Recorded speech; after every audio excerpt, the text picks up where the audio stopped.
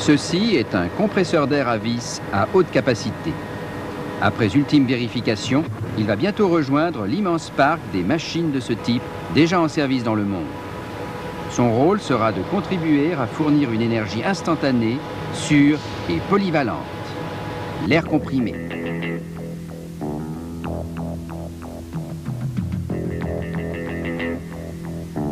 Énergie pour actionner une grande variété d'outils.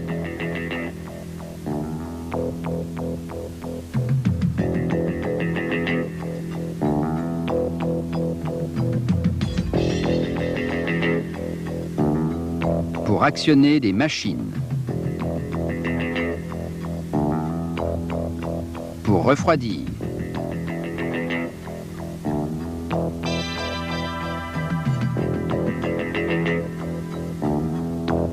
Pour actionner instrumentations et contrôles.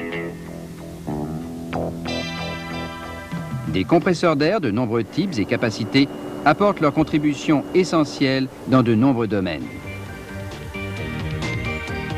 Dans les travaux publics et dans les usines de fabrication et de transformation, à bord des navires et des trains, dans la recherche et la production de pétrole, dans les hôpitaux, pour le démarrage des moteurs d'avion, dans l'imprimerie et l'emballage. En fait, partout où l'efficacité maximum est importante et la liste des nouvelles applications ne cesse de se développer.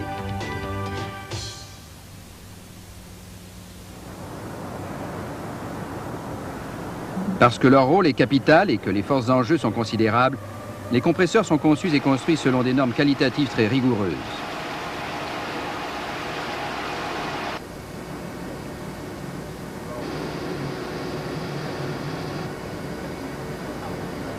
Des équipements sophistiqués de fabrication et de vérification permettent aux constructeurs de se conformer à des spécifications strictes et à des tolérances rigoureuses, dans l'intérêt de la fiabilité et de la sécurité. Tout aussi importante à la fiabilité et à la sécurité est la qualité du lubrifiant et sa capacité à satisfaire aux exigences de la machine. Le rôle du lubrifiant dans ce cas, comme dans bien d'autres d'ailleurs, est très spécialisé. Et l'huile appropriée doit être considérée comme une des pièces essentielles de la machine.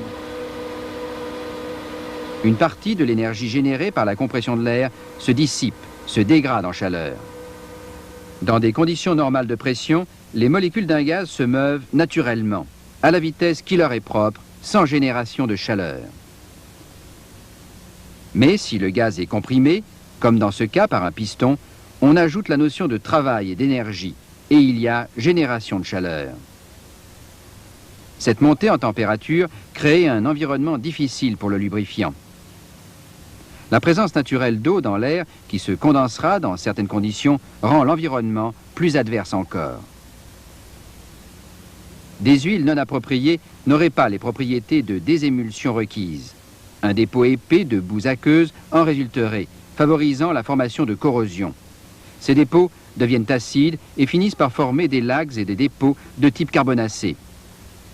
Ainsi, l'utilisation de lubrifiants non approuvés par le constructeur, peut-être par manque de connaissances techniques ou dans le désir de faire des économies sur le poste lubrifiant, peut-elle être lourde de conséquences, à la fois pour le compresseur et pour les applications qui en dépendent, comme nous le verrons tout à l'heure. Seules des huiles spécialement élaborées peuvent lubrifier, étanchéiser et refroidir dans des conditions opératoires aussi adverses. Afin de mieux cerner le rôle du lubrifiant, considérons maintenant les différents types de compresseurs d'air. Les compresseurs alternatifs, rotatifs à vis, rotatifs à palette et les turbomachines centrifuges et axiales. Tout d'abord, les compresseurs alternatifs. Ils existent depuis longtemps et ont longtemps représenté la solution retenue. Résistants et performants, des millions d'unités sont encore en service. Et la production continue, bien qu'à un rythme moindre. Ils couvrent la gamme de pression la plus étendue, depuis des machines comme celle-ci pouvant délivrer jusqu'à 1000 bars, jusqu'à des unités portatives miniatures. Tous les compresseurs alternatifs fonctionnent sur le même principe. Un moteur fait tourner un vilebrequin qui motive une ou des bielles, elles-mêmes poussant des pistons dans leur cylindre pour effectuer la compression voulue. Le fonctionnement des clapets est régi par les différences de pression. Dans les compresseurs à haut rendement, on utilise souvent le principe du double effet, la compression se produisant alternativement de chaque côté d'un même piston.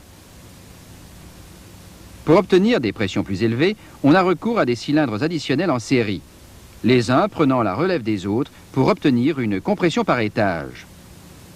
De nombreuses configurations ont été essayées pour ces compresseurs multicylindres dans la recherche d'un fonctionnement progressif et performant. Un des éléments importants du circuit, quel que soit le type de compresseur, est le réservoir séparateur d'air comprimé. Lorsqu'il est plein, il fournit directement les machines utilisatrices. Mais lorsque la pression emmagasinée diminue et atteint un seuil bas prédéterminé, des clapets de contrôle remettent automatiquement le compresseur en marche pour refaire le plein du réservoir. Ainsi, on peut limiter la fréquence des démarrages et des arrêts. Les exigences de lubrification du compresseur alternatif sont très sévères et très différentes de celles des autres compresseurs. L'huile, qui doit à la fois lubrifier et protéger, est amenée par une pompe au cylindre et au coussinet de vilebrequin. Ces machines tournent à température bien plus élevée que les autres, dépassant parfois 300 degrés centigrades au refoulement, avec des pressions elles aussi plus importantes.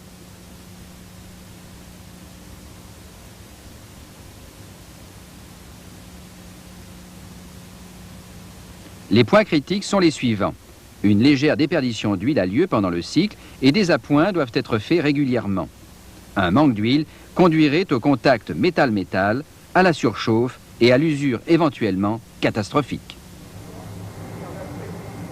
Mais les problèmes, de loin les plus difficiles à résoudre, sont ceux résultant de l'oxydation de l'huile dans les parties les plus chaudes de la machine, c'est-à-dire au niveau des clapets de refoulement et des tuyauteries adjacentes. Comme ces lames d'essai le démontrent, sans ces inhibiteurs spéciaux et ces huiles de base précautionneusement choisies, le lubrifiant, soumis aux hautes températures, s'oxyderait rapidement, puis les conditions de haute pression feraient se développer lacs et dépôts carbonacés. Des impuretés à l'admission d'air, s'agglutinant dans le film d'huile dans les parties chaudes, le rendraient plus visqueux et il deviendrait plus chaud encore. Si on ajoutait alors à ces dépôts une fine granulométrie de rouille, on obtiendrait une accélération de l'oxydation par catalyse. L'accumulation de dépôts sur les têtes de piston conduirait à un encrassement des clapets de refoulement, les amenant à fuir, à se déformer et à provoquer une surchauffe additionnelle. Au lieu de se maintenir, la pression chuterait rapidement.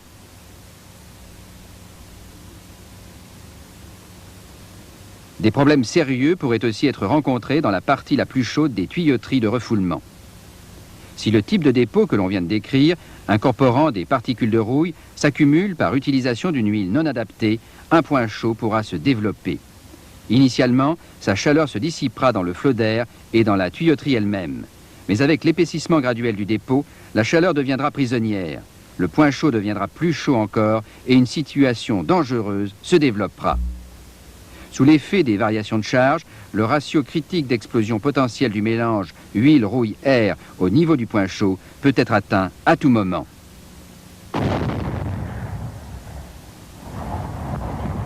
Cette vue d'un atelier endommagé montre l'étendue que peuvent prendre de telles explosions, se répercutant par réactions en chaîne dans le circuit de refoulement. Pour éviter que de telles situations ne se développent, on s'assurera que l'admission d'air est correctement filtrée et que l'apport d'huile au cylindre n'est pas excessive. Par-dessus tout, on s'assurera qu'une huile spécialement conçue pour les compresseurs alternatifs est bien utilisée. Il importe de se souvenir qu'un compresseur alternatif est un matériel spécialisé qui requiert un lubrifiant spécialisé lui aussi. Les lubrifiants modernes les plus efficaces sont élaborés à partir d'huiles de base hautement raffinées, contenant des inhibiteurs d'oxydation efficaces à haute température. Ils ont aussi des propriétés anti-mousse et de bonne séparation d'avec l'air et l'eau. Les états comparés de ces clapets de refoulement montrent clairement l'importance de l'utilisation d'un lubrifiant de haute qualité. La tendance actuelle favorise toutefois les compresseurs rotatifs à vis. Bien qu'ils ne soient pas capables de générer des pressions aussi importantes que celles obtenues par les compresseurs alternatifs, ils marquent des points par leur simplicité, leur silence, leur faible encombrement, leur facilité d'utilisation et leur coût d'utilisation plus bas. Deux vis hélicoïdales parallèles imbriquées, tournant en sens inverse l'une de l'autre dans un carter ajusté, poussent des segments d'air et les compriment. Dans la plupart des cas, la vis femelle est directement entraînée par la vis mâle. Il s'agit alors de vis lubrifiées. On injecte l'huile dans la chambre de compression pour éviter le contact métal-métal des vis, pour étanchéiser et pour refroidir. De telles exigences ne peuvent être satisfaites que par des lubrifiants spécialement conçus à cet effet. Les compresseurs rotatifs à palette présentent des problèmes de lubrification similaires. Comme les compresseurs alternatifs et à vis, ils font partie de la famille des compresseurs volumétriques. Ils enferment un volume donné d'air et le compriment. Des palettes, coulissant dans les rainures d'un rotor excentré par rapport au stateur, emprisonnent de l'air et le compriment conformément à la géométrie du système. Là encore, l'huile étanchéise, refroidit et réduit les contacts métal-métal. Dans le type de compresseur à vis considéré précédemment, et dans les compresseurs à palette, de l'huile est nécessairement mélangée à l'air. Or, surtout pour des questions d'économie et d'environnement, on doit s'arranger pour que le lubrifiant ne quitte pas le circuit. Un filtre séparateur est donc incorporé. Son rôle est d'extraire l'huile en suspension dans l'air comprimé et de la restituer au circuit de lubrification.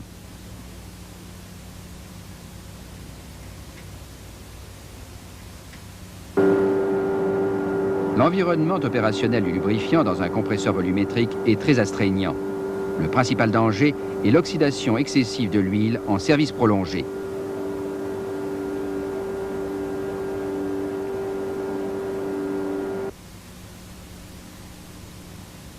L'utilisation d'huile non appropriée peut conduire à un colmatage des filtres et à de sérieux problèmes en chaîne. De même, une huile de viscosité non adaptée risquerait de ne pas apporter la protection voulue lors des démarrages à froid. Rotors et paliers pourraient en être endommagés. Pour optimiser le rendement des compresseurs, on utilise pour l'élaboration des huiles spécialisées des huiles de base hautement raffinées, particulièrement adaptées à l'adjonction efficace d'améliorants de performance antioxydants et anticorrosion.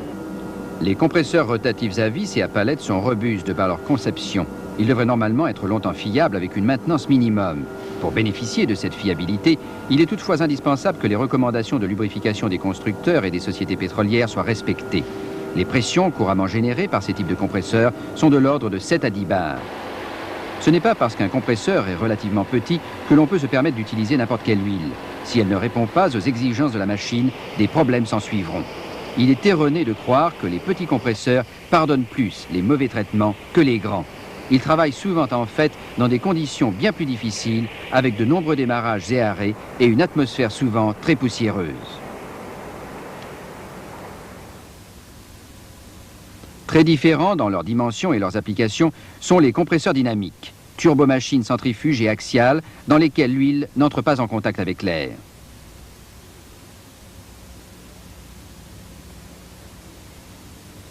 L'impulseur à aube d'un compresseur centrifuge aspire l'air et accélère son mouvement pour atteindre de très hautes vitesses de sortie radiale et l'énergie cinétique mène à une augmentation de pression alors que la vitesse de l'air diminue par augmentation de diamètre des canalisations d'utilisation.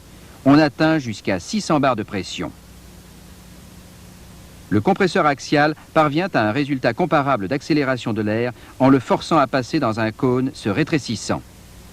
Ces deux types de turbomachines sont utilisés là où des volumes importants d'air comprimé sont requis. Les pressions, beaucoup plus basses ici, sont de l'ordre de 15 bars. Les turbomachines n'utilisent pas de clapet. L'application la plus courante des compresseurs dynamiques se trouve dans la section avant des moteurs à turbine à gaz d'avion. Mais c'est un sujet très spécialisé que nous ne traiterons pas ici. Nous ne traiterons pas non plus ici des compresseurs hautement spécialisés, aux exigences particulièrement sévères, nécessaires à la compression des gaz toxiques, à la production d'air comprimé totalement exempt d'huile, ou par exemple aux pressions exceptionnellement élevées.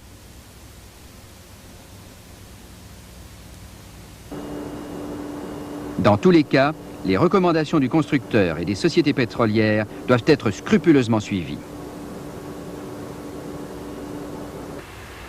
Quelle que soit la taille ou la sophistication du compresseur considéré, cette rigueur doit toujours être pratiquée si l'on veut sauvegarder le rendement, l'efficacité du matériel et éviter les pannes et les dangers potentiels. On se souviendra aussi que si important que soit le lubrifiant, il n'est cependant qu'une des pièces essentielles de la machine.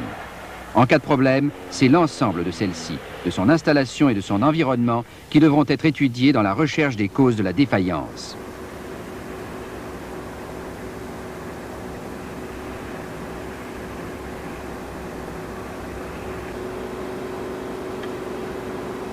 Les exigences de la plupart des compresseurs d'air sont particulièrement sévères pour le lubrifiant. L'expérience mondiale de Shell lui permet de commercialiser une gamme de produits de haute qualité qui répond efficacement à cette attente. Mais la recherche ne s'arrête pas là pour autant, et dans les laboratoires du groupe Shell, on s'efforce de mettre au point des lubrifiants qui procureront une plus grande protection encore, un fonctionnement plus sûr et une vie opérationnelle plus longue à la machine. Un compresseur n'est pas un équipement banal, c'est une machine hautement spécialisée avec un rôle souvent très important à jouer. Le fait qu'il soit souvent dans l'arrière-plan de l'atelier ou nettement enclos dans une carrosserie insonorisante ne doivent pas faire oublier les exigences particulières de sa lubrification. Dans la plupart des installations, si le compresseur tombe en panne, il n'est pas le seul à s'arrêter.